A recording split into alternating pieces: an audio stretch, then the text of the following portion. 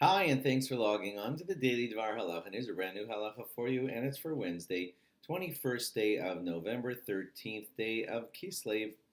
Here we go. Today's halacha is straightforward and simple, and you're going to think it doesn't really apply to you, but here we go. The halacha is short and simple. It is that a poor man who has very little money still has to do everything possible in order to get himself some money for lighting the Hanukkah menorah.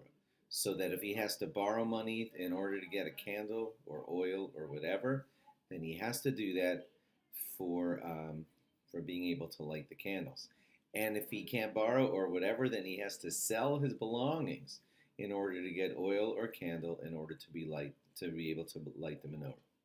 Now, you and I listening to this halacha, thank God we live in such affluent times that this kind of halacha, like not being able to afford a candle, sounds like well below us. Thank God. And may God continue to bless us with such affluence. Now, there were times when candles were more expensive and people had less money and access wasn't available to them as it is to us.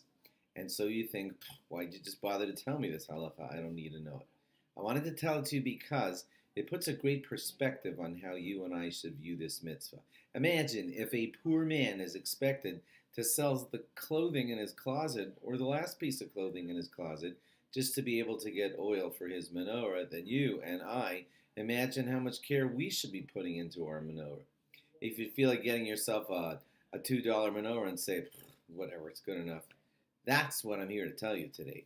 To just say, who cares, I'll just get whatever, the bare minimum, and give me the cheapest candles you could find. Well, that would be dead wrong. Even the poor man with very little money is supposed to go to great, great lengths to try to get himself oil.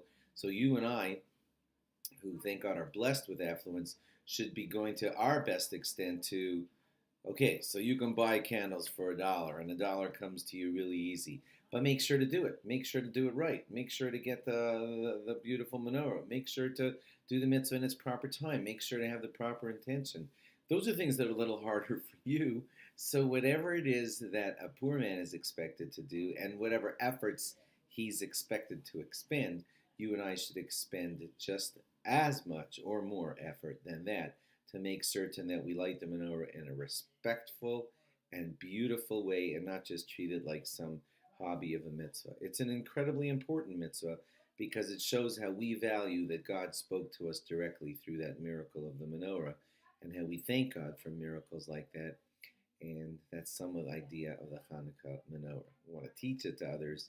We want to be mafarsem the nes, broadcast the miracle. And that's important. So important that a poor man would have to sell his clothing in order to be able to do it. So you too, take heed.